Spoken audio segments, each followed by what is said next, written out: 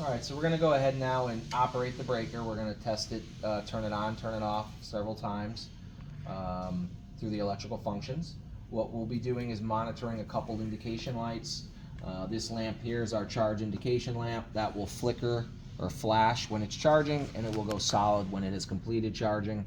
And then we have a breaker open light. Obviously when the breaker's open, that will be lit. When it's closed, that will go away. And then we have the auxiliary contacts wired through series, and this here light is monitoring our closed contacts, 3 of them, and this light here is monitoring our open contacts, 3 of them also. They're all wired in series. So what we'll do is we're going to go ahead and turn on the power sources. I'll turn on the 24 volts first for the trip coil and the position lamp. 24 volts is on, and the breaker is indicating that it's open, and you can see that it's open. Okay, I'm going to go ahead and initiate the 120 volts and start a charge cycle. The charge indication light will start to flash. When it's completed, it will go solid, and this indicator will flip from down to up.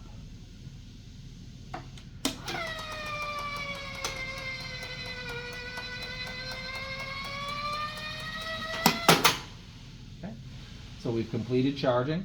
It's solid. We're still in the open position. I'm going to go ahead and initiate a close signal.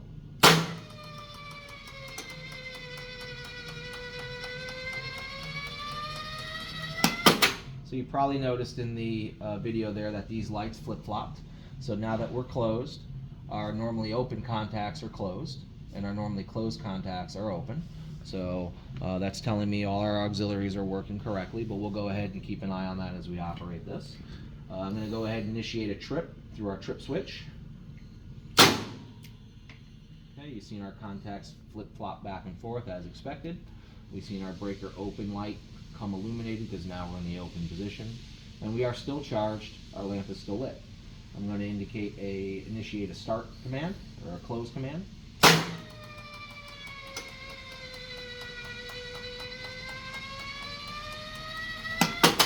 Okay, so again, same sequence. We've gone to charged. Our light is solid. We're closed. Our breaker is showing that we're closed because the open lamp is off, and our lights have flip-flopped again. So we'll just repeat this process a couple of times to just ensure that it's working correctly. Breaker is open. Breaker is closed.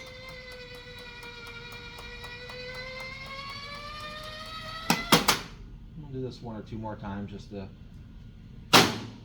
Breaker is open.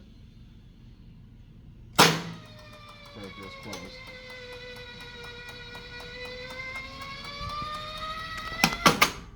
Again, just keep an eye on the lights that they're operating, telling me all the auxiliaries are working. Our charge indication lamp seems to be working, and our breaker position lamp is also doing its job. So we'll go ahead and trip 1 more time. Okay.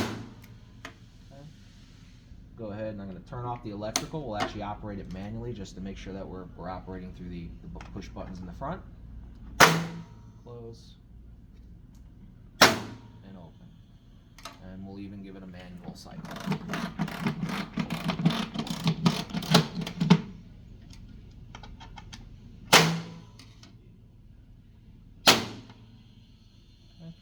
Last thing we're going to do is we're going to test our bell alarm. The bell alarm is a 24 volt in, a 24 volt out.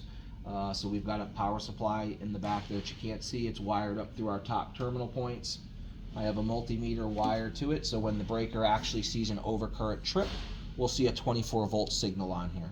So what I'll do is I'll operate the breaker.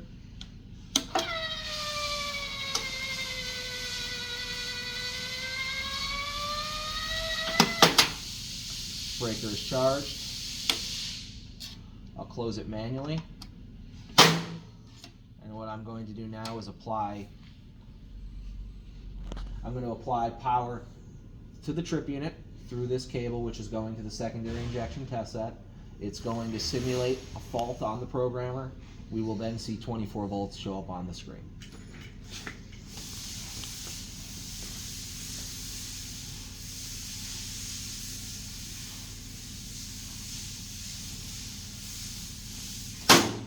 Breaker has tripped from the test set. I now am showing 25 volts at the bell alarm system. So that's telling me the bell alarm is working properly.